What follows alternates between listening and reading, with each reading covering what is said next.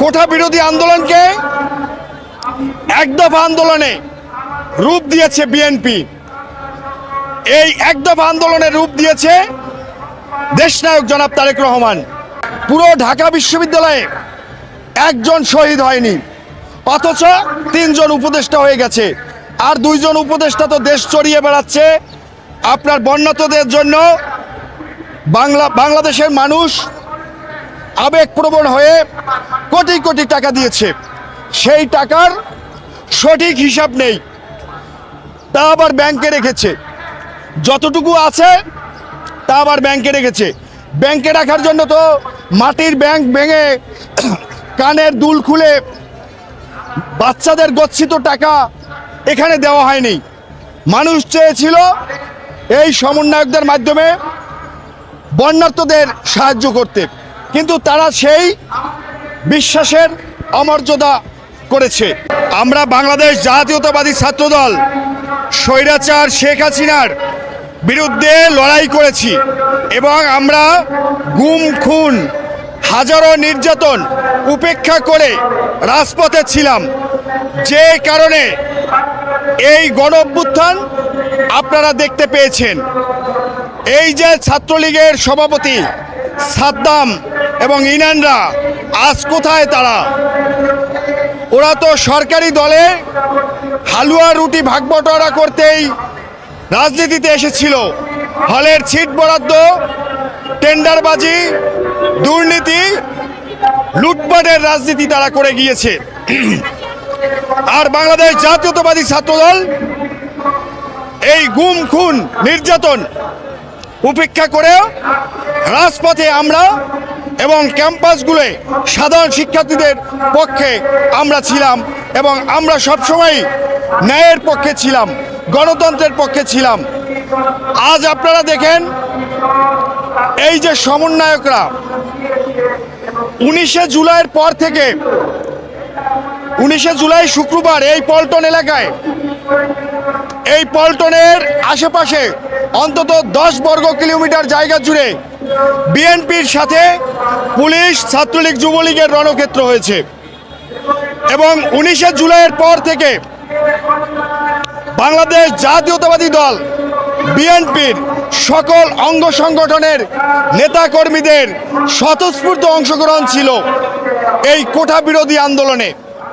কোঠা বিরোধী আন্দোলনকে এক দফা আন্দোলনে রূপ দিয়েছে বিএনপি।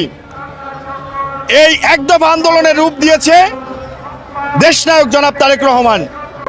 আমরা ছাত্রদল আমরা এই আন্দোলনে অংশগ্রহণ করেছিলাম জনাব তারেক রহমানের নির্দেশে এবং আমাদের এই আন্দোলনের মূল উদ্দেশ্যই ছিল পিছনে থেকে আমরা এই আন্দোলনে শতভাগ সহায়তা করা, যে কারণে আমাদের অসংখ্য সহযোদ্ধা এই আন্দোলনে গুলিবিদ্ধ হয়েছে।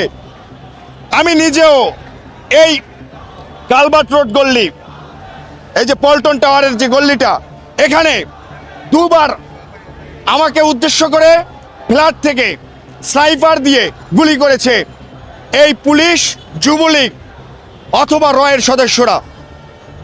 আমাদের প্রতিটা নেতাকর্মী এভাবে লড়াই করেছে এবং আমি 3 জনের লাশ আপনার স্পটে গুলিবিদ্ধ হয়ে যারা মারা গিয়েছে তাদেরকে স্থানান্তর করেছি এবং অসংখ্য গুলিবিদ্ধ সহযোদ্ধাকে ছাত্রদলের এই ইসলামবাগ হসপিটালে এসে ভর্তি করিয়েছি।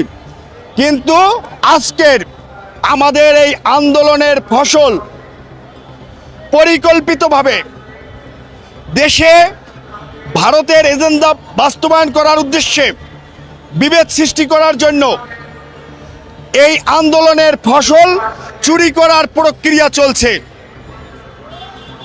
একটি মহল আপনার ষড়যন্ত্রমূলকভাবে তারা বলতে চাচ্ছে যে এই আন্দোলন শুধুমাত্র ছাত্রদের। এর মাধ্যমে দেশে যে একটি ঐক্য তৈরি হয়েছিল এই আন্দোলনের মাধ্যমে এই কোঠা আন্দোলনকে এক দফা রূপ দিয়ে যে সামগ্রিক বিরোধী দলগুলোর ভিতরে, সরকার বিরোধী দলগুলোর ভিতরে যে একটি ঐক্য তৈরি হয়েছিল, সেই ঐক্য প্রক্রিয়া ব্যাহত করছে। আজকে আপনারা দেখেন একটি সরকারে, এই অন্তর্বর্তীকালীন সরকারে যেসব অপ্রাপ্ত বয়স্ক, অপরিকল্পিত, অনভিজ্ঞ আপনার গুরুত্বপূর্ণ জায়গায় রয়েছে এই অন্তর্বর্তীকালীন সরকারে, সেটা নিয়ে আমরা ছাত্রদল খুব বেশি কিছু বলতে চাই না। শুধুমাত্র আমরা বলতে চাই যে রাজপথে অভিজ্ঞতা ছাড়া কোনো কিছুই কোনো ভালো ফসল নিয়ে আসবে না। এবং অন্তর্বর্তীকালীন সরকারকে আমরা অনুরোধ করব, আপনারা এই আন্দোলনে যারা শহীদ হয়েছে, যারা গুলিবিদ্ধ হয়ে আহত হয়েছে, তাদের একটি তালিকা করুন। তারা কোন দলের সদস্য, তারা সাধারণ শিক্ষার্থী না ছাত্র দলের।